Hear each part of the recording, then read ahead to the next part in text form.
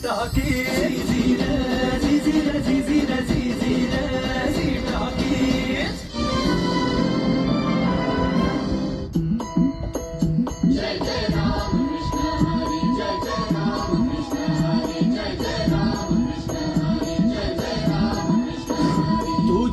कीर्तनात झालो आणि मानसात आलो, हरी नामाचा गजर केला मला मी गावलो, जन्म झाला वार करी बात समजली खरी, देह देवाची पंढरी विठू मनाच्या गाभारी, श्वास झालं जपमाळ मन चिपळ्याने टाळ,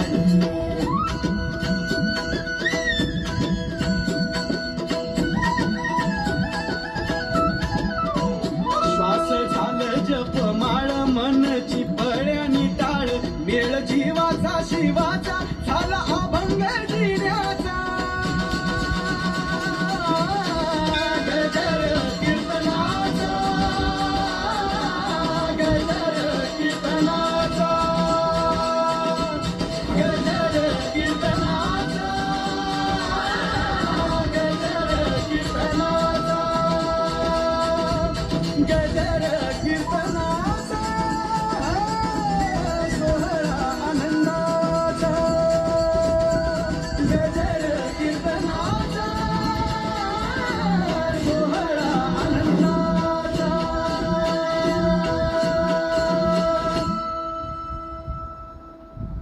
जय जय रामकृष्ण हरी. सुप्रभात. गजर कीर्तनाचा सोहळा आनंदाचा या कार्यक्रमात ऋषी पंचमीच्या पवित्र दिवशी मी दीप्ती भागवत पुन्हा सगळ्यांचं भक्तिपूर्वक स्वागत करते. तसं बघता वेगवेगळ्या भावभावना आजच्या एकाच दिवशी जुळून आलेल्या आहेत. जसं की आज ऋषी पंचमी आहे, यानंतर आपण बघितलं तर आज 1.5 दिवसाच्या गणपती बाप्पांचं विसर्जन होणार आहे. आणि आणखीन एक महत्वाची गोष्ट म्हणजे शेगावीचे संत गजानन महाराज यांच्या आज पुण्यतिथीचा देखील दिवस आहे. ऋषी पंचमी बद्दल बघताना भाद्रपद शुद्ध पंचमी हा दिवस ऋषी पंचमी म्हणून ओळखला जातो. आपल्या भारत देशाला बऱ्याच ऋषी मुनींची तपस्वींची फार मोठी परंपरा आहे. आता वेगवेगळ्या ऋषी मुनींबद्दल सांगायचं झालं तर कश्यप, भारद्वाज, त्यानंतर जमदग्नी, गौतम, वसिष्ठ, अत्री अशा वेगवेगळ्या ऋषी मुनींचं कार्य फार मोठं आहे. आजच्या दिवशी आपण या सगळ्या ऋषी मुनींबद्दलची कृतज्ञता व्यक्त करायला हवी. असं म्हटलं गेलेलं आहे की आज ऋषी पंचमीच्या दिवशी ऋषींची एक वेगळी भाजी तयार केली जाते. तर यामागचं कारण असं आहे की आज बैलाच्या कष्टातून निर्माण झालेलं कुठलंही अन्न खाऊ नये असं म्हणतात. वर्षातून किमान 1 दिवस तरी आपण अशा पद्धतीनं आपण पिकवलेलं अन्न खावं हा त्यामागचा उदात्त हेतू आहे.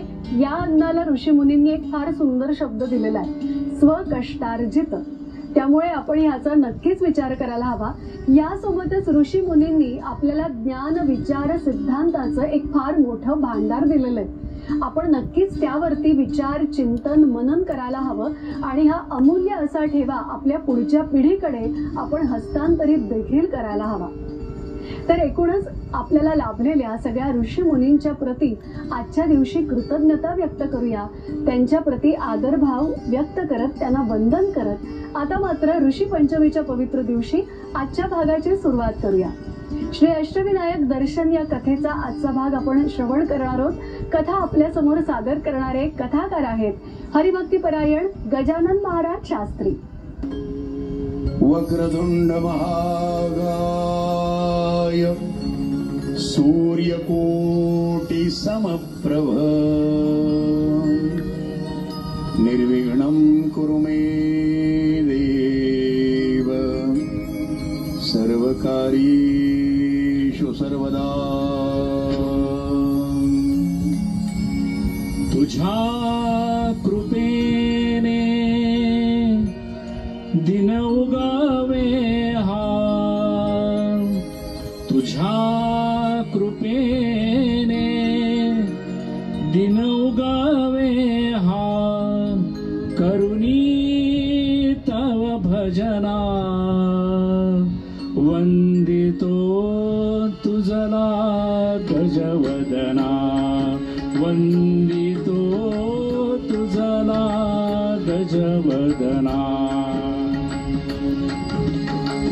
तुझ्या कृपेने दिन उगवे हा तुझ्या कृपेने दिन उगवे हा करुणी तव भजना वंदितो तुझला गजवदना वंदितो तुझला गजवदना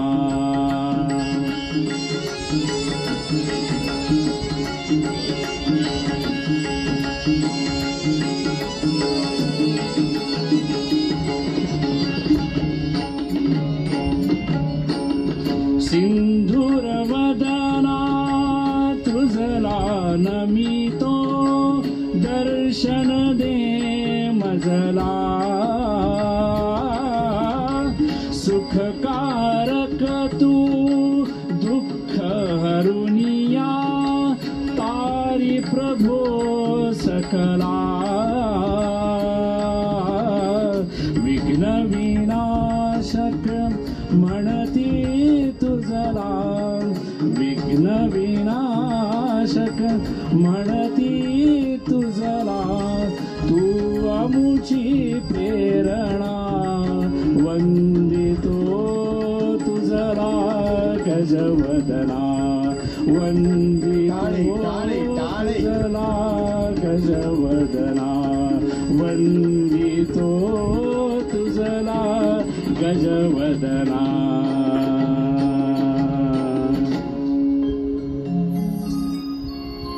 यम वैदिक मंत्र दृश्य पुराण इंद्रम यमं मातरिष्मानमाहु वेदांतिनो निर्वचनीयमेकं यम ब्रह्म शब्देन विनिर्दिशन्ति। हे गणराज गणपती काम लागू दे सुखी महादेव पार्वती शैवायमीशं शबयित्यवोचम यम वैष्णवा विष्णु इति स्तवन्ति बुद्धास्ततहरणति बौद्ध जैना सत्श्रीय काले तिच सिख संत शास्तेति केचित् क्वचित् कुमार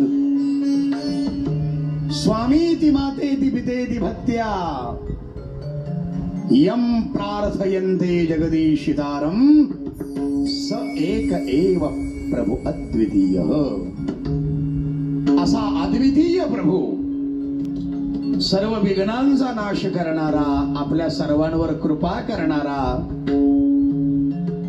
काल आपल्या घरामध्ये ज्याचं आगमन झालंय वाजत गाजत ढोल ताशाच्या निनादामध्ये वा वा वा तो वक्रतुंड असलेला लंबोदर तो सुख करता दुःखाचं हरण करणारा दुःख हरता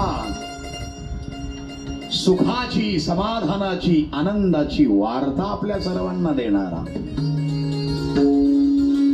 असा तो केवळ गणेश नाही तर तो गुणेश आहे। सर्व गुणांचा अधिपती सर्व गणांचा अधिपती सर्वांचा अधिपती असलेला हा महागणेश आरतीमध्ये काय गोड वर्णन केले तुम्ही। सुख करता दुःख हरता वार्ता विघ्नाची नरवी पुरवी प्रेम कृपा दयाची सर्वांगी सुंदर ओट सिंदुराची कंठी झळकी माळ कंठी शोभे माळ मुक्ता फळांगी जय देव जय मंगलमूर्ती हो श्री मंगलमूर्ती दर्शन मात्रे मन स्मरणे मात्रे मन कामना पूर्ती। तल्लीन झाला अगदी आरतीमध्ये तो मृदंगाचा निनाद काही काही ठिकाणी तर अगदी प्रसन्नतेनं आरती केली। आज आजचा दुसरा दिवस आहे आणि दुसऱ्या दिवशीचा गणपती आहे ही तयारी नाही। हे तर तुम्ही दर श्रावणामध्ये करताच पण तुम्ही ज्या वेळेला तुमच्या स्वकष्टानं घर बांधले ना त्या वेळेला तुम्ही घराच्या बाहेरूनच तुमच्या दाराचं रक्षण करायला माझे गणपती बाप्पा बसवले, एवढं महत्वाचं काम तुम्ही सुद्धा केलंय. वा. अहो, तुमच्या घराचं रक्षण करल माझा बाप्पा, यामध्ये नवल नाही. झी टॉकीज कथायन चषक.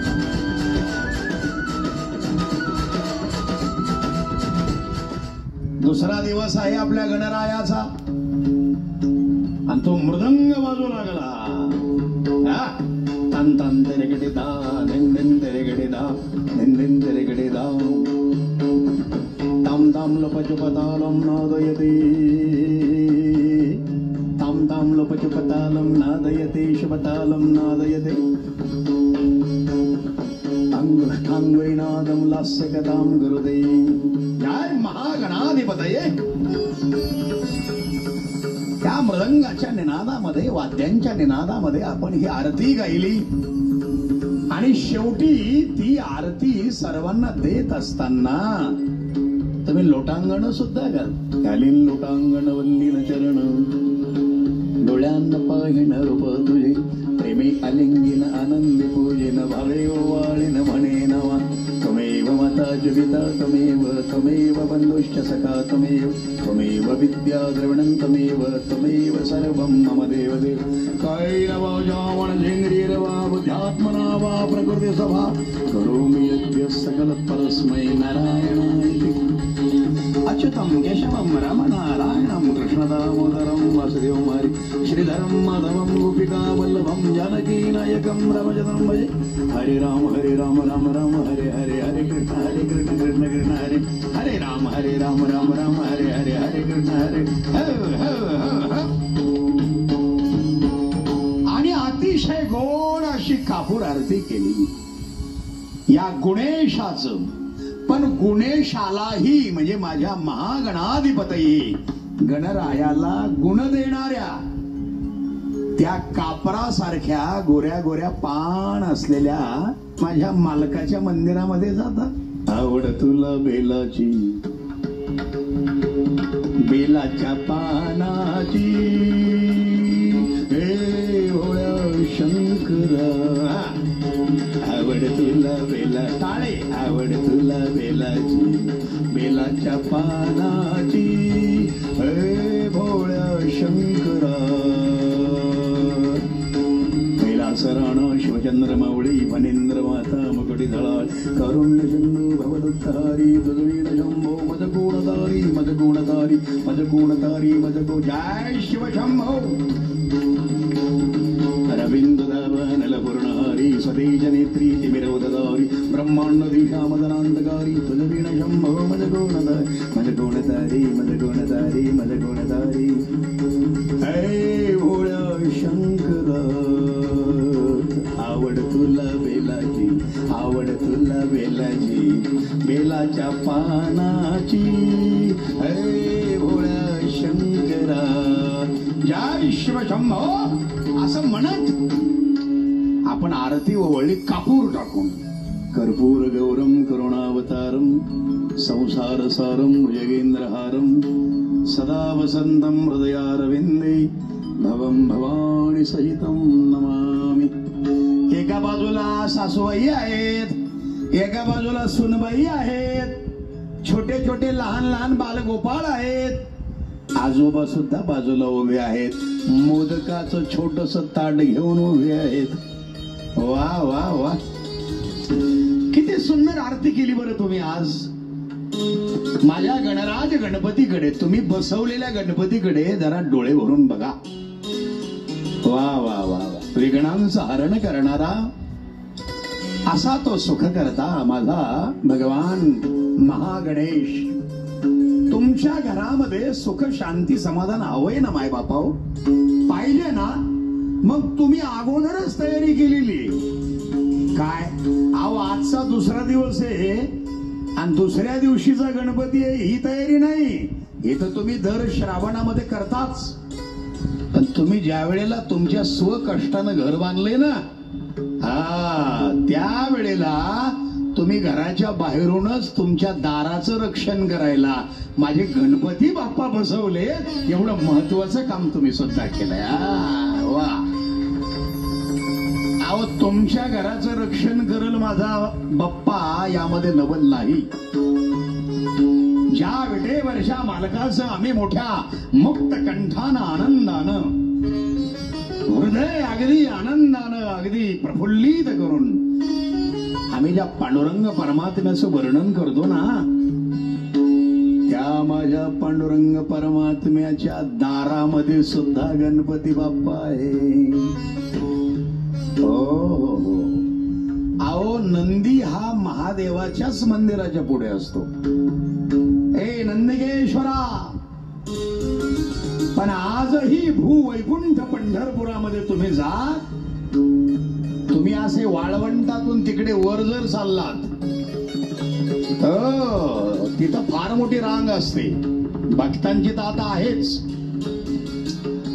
परंतु अनादी अनंत काळापासून सकाळी ब्राह्म मुहूर्तापासून म्हणजे 4 वाजल्यापासून तिथं रांग आहे दर्शनाकरिता. कुठून कुठपर्यंत? वाळवंटापासून महाद्वारापर्यंत, महाद्वारापर्यंत सुरवरांची दाटी उभे जोडून याद. शुकसनकादिक नारद तुंबर भक्तांच्या गोटी. कोण कोण? भक्तांच्या गोटी कव्वाडा आडोनी पाहता ती जगजेडी. सुरवरांची विमाने गगनी दाटली सकळ, रखुमाबाई माते वेगी उठवा गण नीळ. रंभादिक नाचती उभ्या जोडोनी हात, त्रिशूळ डमरू घेऊन आला गिरजेचा कांत. पंच प्राणार्त्या घेऊन देव स्त्रिया येती, भावे ओवाळी ती राही रखुमाईच्या पदे.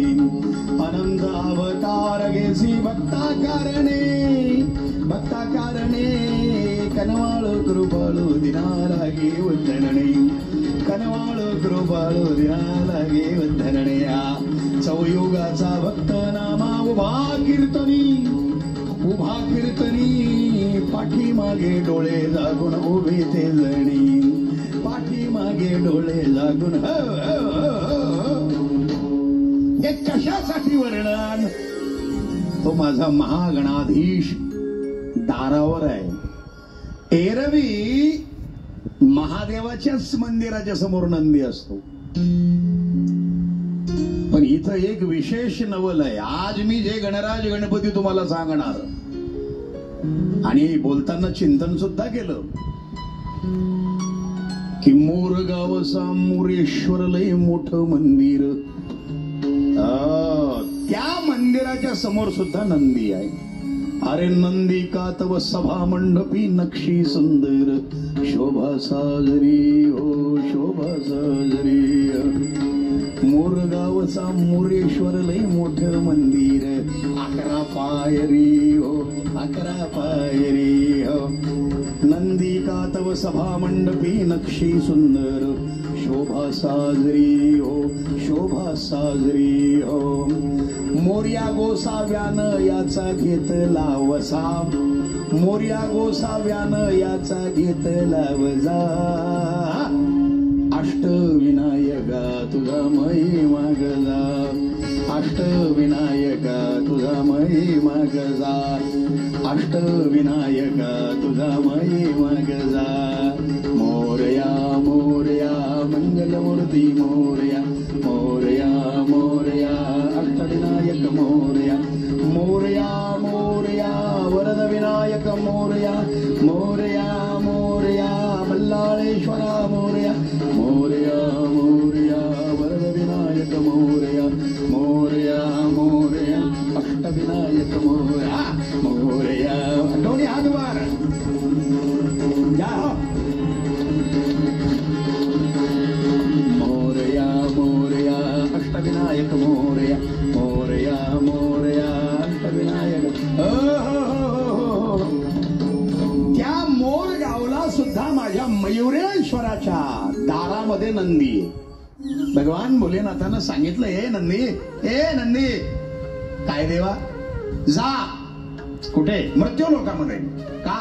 माणसांना एक निरोप दे माझा. काय निरोप? माणसांना निरोप असा दे, एक वेळ जेवा स्नान करा, म्हणजे आंघोळ 3 वेळा करा आणि एकदाच जेवा. नंदी महाराज निघाले, मजल दर मजल करत मृत्यू लोकामध्ये आले. सी टॉकीज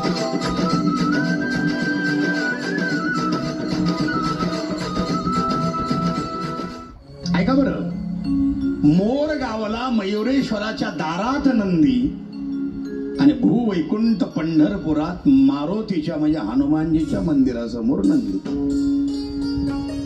नंदी का? नंदी यासाठी. आता पोळा सुद्धा आहे. याच आपल्या गणरायाच्या आगमनामध्ये गौरी गणपती म्हणजे आता आपण खेड्यापाड्यात ज्याला महालक्ष्मी म्हणतो, एक गौरी आहे, दुसरी महालक्ष्मी आहे आणि यामध्येच पोळा सुद्धा आहे. पोळा हा केवळ शेतकऱ्याचा सण नाही हो, शेतकऱ्याचा तर आहेच, परंतु यच्च यावत जगामध्ये जेवढे जेवढे जीव आहेत आणि ज्यांना ज्यांना बुद्धी दिली, त्यात माणसाला बुद्धी दिली, त्या माणसानं प्राण्यावर प्रेम करावं. ज्या नंदीनं शेतकऱ्याला शेतामध्ये आपल्या खांद्यावर आवताचं जू घेतलं आणि शेतकऱ्याला शेती करू लागली. दंतकथा आहे. भगवान भोलेनाथानं सांगितलं, हे नंदी काय देवा, जा कुठे? मृत्यू लोकामध्ये. का? माणसांना एक निरोप दे माझा. काय निरोप? माणसांना निरोप असा दे, एक वेळ जेवा आणि 3 वेळ स्नान करा, म्हणजे आंघोळ 3 वेळा करा आणि एकदाच जेवा. नंदी महाराज निघाले, मजल दर मजल करत मृत्यू लोकामध्ये आले. पण नंदी महाराजाची कॅसेट उलटी झाली. सांगायचं काय होतं की वा तुम्ही 3 वेळा आंघोळ करा आणि एकदाच जेवा, पण कॅसेट उलटी झाली. त्याने सांगितलं 3 वेळा जेवा आणि एकदाच आंघोळ करा. अहो लोकांना तेच ऐकलं ना, कॅसेट उलटी झाली. होते बरं का कॅसेट उलटी, हो लय जणांच्या कॅसेटी उलट्या होतात. पूर्वी खेड्यापाड्यामध्ये जर गावात एखादा पोलीस आला, आता मी स्वतः महाराष्ट्र पोलिसांच्या सोबत जे गणरायाचं खरं वैचारिक साधन आहे, सामाजिक ऐक्य, त्या मातृतीर्थ बुलढाणा जिल्ह्यामध्ये, म्हणजे हे शिवतीर्थ आहे, हा शिवनेरीचा परिसर आहे, पुण्यनगरी, आणि बुलढाणा जिल्हा हे शिवतीर्थ आहे, मातृतीर्थ आहे. राजमाता जिजाऊ सरकारांचं जन्मस्थान ते मातृतीर्थ, हे शिवतीर्थ. या शिवतीर्थातून एक कर्तव्यदक्ष अधिकारी, आमचे प्रिय शिष्य, आज आईजी आहेत, आळे श्री क्षेत्र आळे या गावचे आहेत, वारकरी आहे, क्लास 1 अधिकारी, आई वडील सुद्धा वारकरी. माझ्या आशीर्वादामध्ये 71 म्हाताऱ्या मायबापाचा अमृत महोत्सव, गोरगरीब त्यांचे जेवढे मित्र आहेत त्या सगळ्या गोरगरीब मायबापाला एकत्रित केलं आणि श्री क्षेत्र आळे या ठिकाणी तो अमृत महोत्सव पार पडला. ते आमचे प्रिय शिष्य पुण्याचे CIDचे आयजी होते, आज नागपूर आयजी आहेत. सामाजिक ऐक्य, जातीय सलोखा. आज जे वातावरण बिघडलंय ना, हे जाती जातीमध्ये जो काही तणाव निर्माण झालाय, माझ्या गणरायाचे, माझ्या भगवान भोलेनाथ शिवशंभूचे, महापुरुषांचे विचार, छत्रपती शिवाजी राजांचे विचार, ही माणसं विसरलेत. म्हणूनच हे आहे. अरे कोणी कोणत्याही धर्माचे असावे, परंतु राहावे एकत्रित. धर्म हा सोणी सर्वांचा सारखा, तुच्छ एकमेका लेखू नये.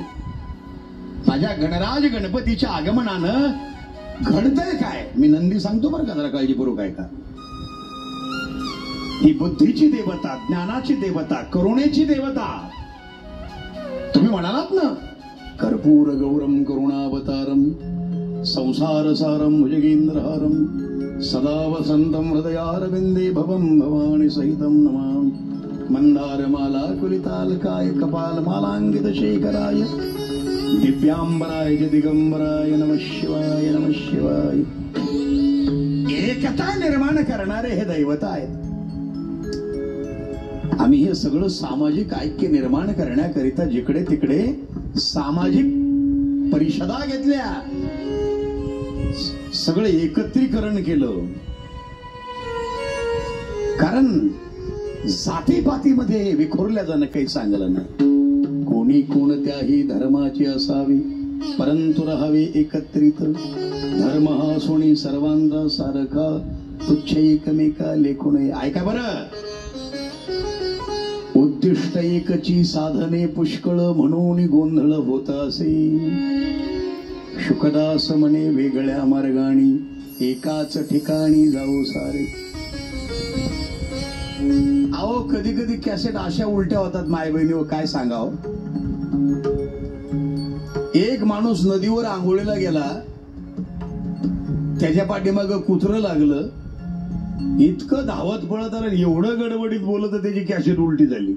त्याला म्हणायचं होतं मी नदीवर आंघोळीला गेलो, माझ्या पाठीमाग कुत्रं लागलं, मी धोतर खांद्यावर घेतलं, नदीच्या काठानं पळालो, असं वाक्य होतं. पण ते एवढं घाबरलं, त्याची कॅसेटच उलटी झाली, जशी नंदी बाबाची कॅसेट उलटी झाली. त्यानं सांगितलं, हो काय सांगा, मी नदीवर आंघोळीला गेलो होतो, माझ्या पाठीमाग कुत्रं लागलं, मी नदी खांद्यावर घेतली आणि धोतराच्या काठानं पळालो. आहे का काही उपयोग. अहो यानं सोयरिकी मोडल्या, सोयरिकी. ते कोल्हापूरचे राजे येणार होते पोरगी पाहायला, कोल्हापूरचे राजे. त्या म्हाताऱ्यानं सकाळपासून एवढी गडबड केली, त्या पोरीला सांगितलं की झाडून काढा, रांगोळ्या काढा, अमकं करा, ढमकं करा, अशी गडबड अशी गडबड. आणि एवढ्यात कोल्हापूरच्या राजांची गाडी आली, दारात काचकन ब्रेक दाबलं आणि या म्हाताऱ्याची कॅसेटच उलटी झाली पाहुण्या देखत. त्याला म्हणायचं होतं कोल्हापूरचे राजे आलेत सतरंजा पसरा, पण कॅसेटच उलटी झाली. यानं पाहुण्या देखत जोरात म्हटलं, ए पोरी हो, अरे राजापूरचे कोले आलेत पसरंजा 17. आहे का काही उपयोग. तशी नंदी बाबाची कॅसेट उलटी झाली. त्यानं सांगितलं 3 टाइम जेवा आणि एकदाच आंघोळ करा. आणि मग माझ्या भोलेनाथ शिवशंभून सांगितलं, नंदी अरे गडबड केलीस रे बाबा तू. अरे हे लोक जर 3 टाइम खायला लागले तर या पृथ्वी तलावर अन्नाचा दुष्काळ पडेल, तुटवडा पडेल. आणि या पृथ्वी तलावर अन्नाचा तुटवडा पडू नये याकरिता नंदी तुला आता त्यांच्या मदतीला जावं लागणार आहे. म्हणून माझ्या शेतकऱ्याच्या मदतीला नंदी बाबा आले. हा तो इतिहास आहे. म्हणून वर्णन आहे ना, पोळा जो आलाय ना, पोळा नंदी का. मारुतीच्या मंदिराच्या समोर नंदी, मोर गावात गणपतीच्या मंदिराच्या समोर नंदी का, त्याचं वर्णन आहे. गंभीर बाबा आईच्या चरणी, बाबांच्या चरणी साष्टांग दंडवत. साष्टांग म्हणजे अष्टांगेन सहितम यथा स्यात् तथा, म्हणजे 8ही आपल्या शरीराचे अंग. आणि 8 अंग आपण ज्या वेळेला पूर्णपणे जमिनीला लावतो त्यावेळेला त्याला साष्टांग, आणि दोन्ही हात जोडतो त्यावेळेला तो दंडवत. म्हणजे काठी जशी सगळे अंग जमिनीला लागतात दंडाचे, तसं तो साष्टांग दंडवत. झी टॉकीज.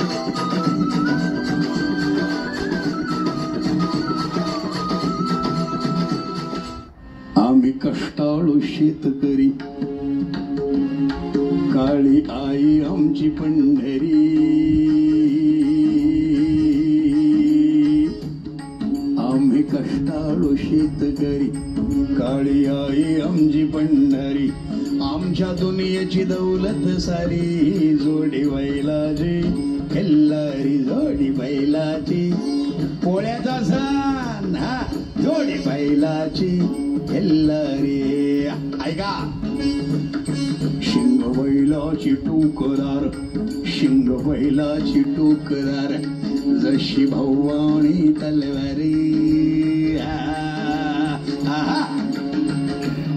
शिंग बैलाची टोकदार, जशी भवानी तलवार, आवतर नंदी भुवरी, जोडी बैलाची खिल्लारी, जोडी बैलाची खिल्लारी, जोडी बैलाची. तुम्ही जर पंढरपुराला गेले नसाल, पंढरपुरामध्ये जर भरपूर गर्दी असेल आणि दर्शन झालं नसेल मायबापाओ, चंद्रभागेच्या वाळवंटात उभं राहा आणि माझ्या विटेवरच्या मालकाकडे एकाग्र चित्तानं दोन्ही हात जोडून साष्टांग प्रणिपात करा. चंद्रभागेच्या काठावरून जरी दर्शन घेतलं तरी सुद्धा मंदिरात दर्शन घेतल्याचंच पुण्य मिळतं. एवढा चंद्रभागेचा काठ पवित्र आहे. तुम्हाला सांगू, ए माझ्या खेड्यापाड्यातल्या माय मावल्या हो, माझ्या बांधवांनो, ए माझ्या शेतकरी राजा, पंढरपूरला जर जाणं होत नसेल, सकाळी उठा, गाईच्या म्हशीच्या बैलांच्या गोठ्यात जा आणि मोठ्या प्रेमानं त्यांच्या पाठीवरून हात फिरवा. माझ्या बैलाची पाठ काय, माझ्या बैलाची पाठ जसं चंद्रभागेचं काठ, माझ्या बैलाची पाठ जसं चंद्रभागेचं काठ, रास धान्याची लाविल दारी, ही जोडी बैलाची खिल्लारी जोडी. सर्वांना अन्नधान्य देणारा जगाचा मालक माझा शेतकरी राजा, हा जगाचा पोशिंदा, जोडी बैलाची खिल्लारी जोडी.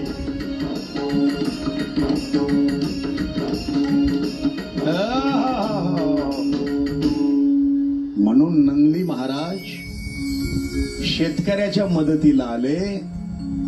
पण पंढरपुरामध्ये मारुतीच्या मंदिराच्या समोर नंदी बाबा का? जसे मोरगावला माझ्या मयुरेश्वराच्या गणराज गणपतीच्या दारात नंदी आहे. बरं, मोरगाव नाव का पडलं? तिथं मोरांची संख्या जास्त आहे. त्या मोरगावाला अष्टविनायकामधला पहिला गणपती. मी आपल्याला काल बोलताना असं म्हणालो, अष्ट म्हणजे काय? तुम्ही 8 आकडा बघा. मी 9 आकडा काल सांगितला होता, बेरीज 9च येते. 8 आकड्याची बेरीज तुम्ही पहा. जशी 9ची 9, 9 2 18, 8 1 9, 9 3 27, 7 2 9, 9 3 36, 6 3 9, 9 5 45, 4 5 9, 9 6 54, 4 5 9 9. हे सगळं जे 9 बेरीज, 8चं तसं नाही. 8 कधी माग आहे, कधी पुढे आहे. कभी कभी पीछे जाता है, कभी कभी आगे जाता है. 8 2 16, 6 1 7, 1 न मागं आलं. 8 3 24, 4 2 6, आता 2 न मागं आलं. 8 4 32, 3 2 12, आता 3 न मागं आलं. 5 8 45, 0 4 4, आता 4 न मागं आलं. 8 सगळं 48, 8 4 12, एकदम 12 वर गेलं. हे 8 आहे. 8 म्हणजे आपले अष्टांग. आपण साष्टांग प्रणिपात करतो की नाही? तुम्ही पूर्वी पत्र लिहायचे, अमक्याचं नाव टमक्याचं नाव, आईच्या चरणी बाबांच्या चरणी साष्टांग दंडवत. साष्टांग म्हणजे अष्टांगेन सहितम यथा स्यात् तथा, म्हणजे 8ही आपल्या शरीराचे अंग. आणि 8 अंग आपण ज्या वेळेला पूर्णपणे जमिनीला लावतो त्यावेळेला त्याला साष्टांग, आणि दोन्ही हात जोडतो त्यावेळेला तो दंडवत. म्हणजे काठी जशी सगळे अंग जमिनीला लागतात दंडाचे, तसं तो साष्टांग दंडवत. तसे योगाची 8च अंग आहेत. यम, नियम, आसन, प्राणायाम, प्रत्याहार, ध्यान, धारणा, समाधी. 8 प्रकृती आहे. आपल्या या दिशा 8च आहेत. पूर्व, पश्चिम, उत्तर, दक्षिण, आग्नेय, वायव्य, नैऋत्य, ईशान्य. आपल्या बाजूला फिरणाऱ्या दिशा 8, पण आणखी 2 आहेत, अध आणि ऊर्ध्व. म्हणून दाही दिशांमध्ये या अष्टविनायकाचं नाव आहे. आणि विनायक, वि म्हणजे विशेष, नायक मी मगाशी तुम्हाला गणपती सांगत होतो. नायक कोणी बनू शकत नाही. अहो घरात त्याचं कोणी ऐकत नाही, तो बाहेर नायक बनायचे प्रयत्न करतो. जमल का? नाही जमणार. म्हणून लक्षात ठेवा, नाही तर काही नायक बनायचा प्रयत्न करतात, ज्याचे वरचे मजले अखेरी कमी. काही तर एवढे खतरनाक आहेत. अहो एक पट्ट्या झाडाच्या त्याच फांदीवर बसला आणि तीच तुडू लागला. तर खालच्यानं एवढंच म्हटलं, बाबा ती तुटली तर तू खाली पडशील. तर ते वरून त्याला म्हणे हे तो होई नाही सकता. मग खालचं म्हणले चालू दे. अहो ते 5 पावलं पुढे गेलं, कड्याल कण फांदी मोडली आणि धडेल कण खाली पडलं. ते इतकंच वरच्या मजल्यात गेलेलं होतं, त्यानं खाली पडल्याबरोबर त्याला वाईट नाही वाटलं, त्याला आश्चर्य वाटलं की मी खाली पडणार. हे त्याला कळलंच कसं, म्हणजे किती डोक्यात गेलं होतं ते. पळतच गेला आणि त्याचे पाय धरले. म्हणे गुरुदेव गुरुदेव, अहो तुमच्यासारखा दाता तर जगात नाही. आम्हाला झालं काय? अहो मी झाडावरून खाली पडणार हे तुम्हाला ज्या अर्थी अगोदर कळलं, तुमच्यासारखा अंतर्ज्ञानी महात्माच नाही. त्यांना अंदाज लावला वर्षानं, याचे 1-2 ढिले नाहीत, अख्खं सर्किट डाऊन दिसतंय. त्यानं काही त्याचे पाय सोडले नाही. आणि तो म्हणला पाय सोड, हरकत नाही. त्याच बांधीवर बसला आणि तीच बांधी तोडतो. ती तुटल्यावर माणूस दणकन खाली पडल, लय जोरात पडलं तर डायरेक्ट वर जाईल. कोणाला लहान लेकराला कळतंय? तो म्हणला नाही, तुम्हाला ज्या अर्थी कळलं त्या अर्थी तुम्ही म्हणजे माझे गुरुच आहात. जसं तुम्हाला मी झाडावरून खाली पडणार हे कळलं, तसं मी कधी मरणार मला सांगा. आता त्याला वाटलं बा ही बला टाळण्याकरता त्यानं आपला कमराचा करदोडा तोडला, त्याच्या उजव्या दंडामध्ये बांधला आणि सांगितलं हे तुटलं की तुम्ही याला. अहो यानं मोबाईलवर मेसेज पाठवले सगळ्याला आणि बायकोला घरी आल्याबरोबर सांगितलं की माझ्या गुरुदेवानं हा दंडातला मला करदोडा दिलाय, हा जर का तुटला की मी मेलो. आता बाईला माहित होता आपल्या मोबाईलची रेंज किती आहे म्हणून. बरं का, ती म्हटली आपला मोबाईल नेहमी आउट ऑफ कव्हरेजच आहे, त्याच्यामुळे ती म्हणली ओके ओके काही हरकत नाही.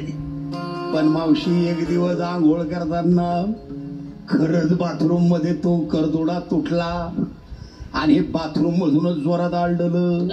अरे मी मेलो. त्याच्या बायकोला माहित होतं हे सगळी डिस्चार्ज झालेली बॅटरी आहे. पण त्याच्यानंतर त्यानं कर केला, मरणाचा जेवला आणि मोबाईलवर अख्ख्या नातेवाईकाला निरोप पाठवले की मी मेलेलो आहे, आपण सर्वांनी मसन वाट्यात माझ्या अंत्यविधी करता यावे.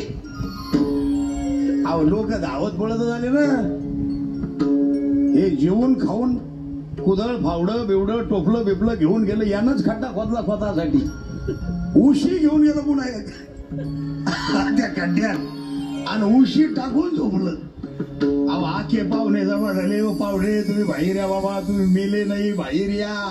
आओ बाहेर या. तो म्हणला हे होईची नाही सकते पण मर गया. अहो पाहुणे कंटाळले त्याला समजून सांगू शेवटी ज्यानं करदोडा बांधला ते मसनवाट्याच्या जवळून चाललं होतं. त्यांना अंदाज लावला मसनवाट्यामध्ये लोक एकदम शांत असतात, इथं बाहेर मेळ काय. ते जवळ जाऊन पाहतो पेशंट आपलाच आहे. बरं का, मग त्यानं याला पाहिलं आणि यानं त्याला पाहिलं, तेव्हा ते खालचं वरच्याला म्हणे गुरुदेव अहो मी मेलो. त्या गुरुदेवाला माहित होतं याचं कनेक्शन कुठं दाबायचं. त्यानं पुन्हा करदोडा तोडला आणि डाव्या दंडात बांधला, सांगितलं आता जिवंत झाला. आता जिवंत झालं. लोक म्हणले अरे बाप रे.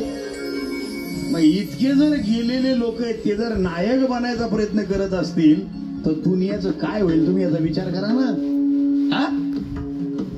सगळीकडे जो अनाचार माजलेला आहे ना, कारण माझे गणपती बाप्पा जे आहेत ना हे नुसते बोलत नाहीत, हे कृती करणारे आहेत. काय कृती आहे माय बहिणी हो. तुम्ही आता मोदक केलाय, मोदक.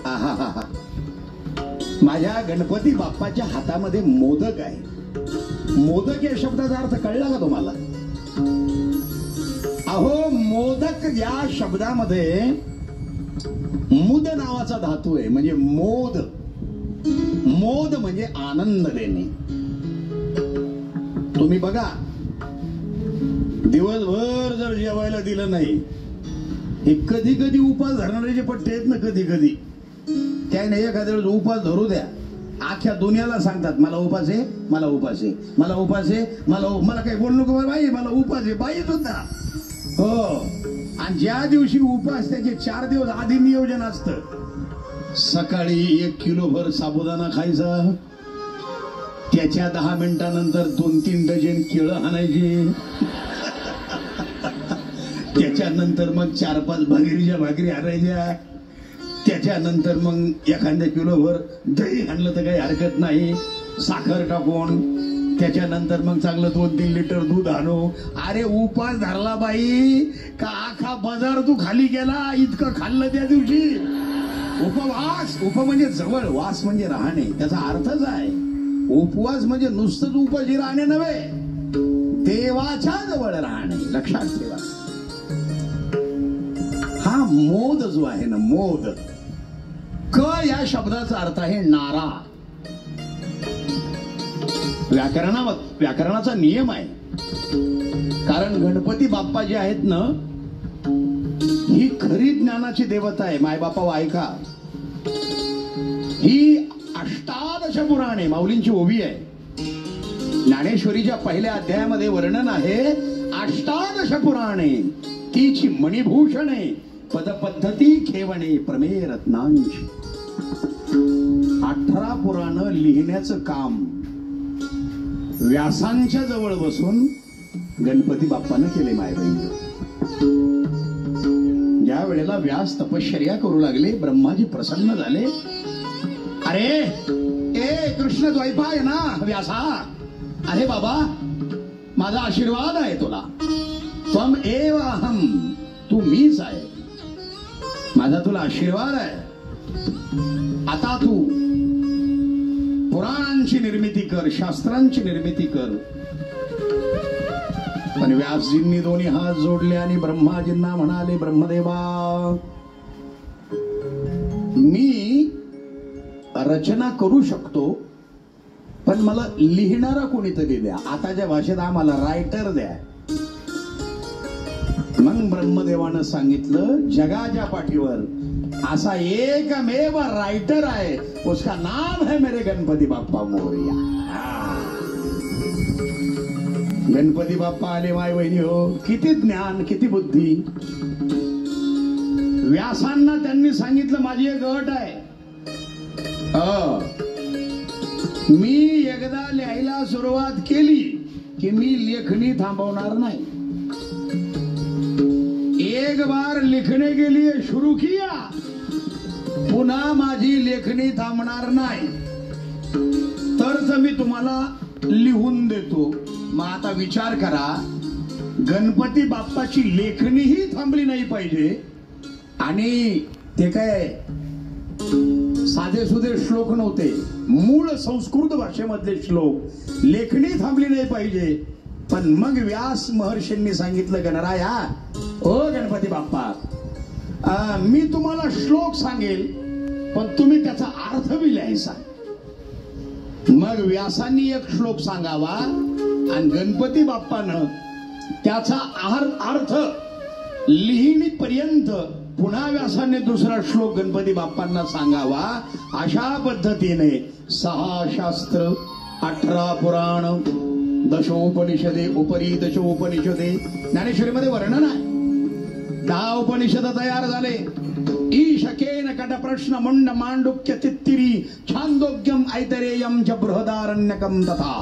हे 10 प्रमुख उपनिषद आहेत. ईशकेन कठ प्रश्न मुंड मांडुक्य तित्तिरी छांदोग्य ऐतरेय आणि बृहदारण्यक.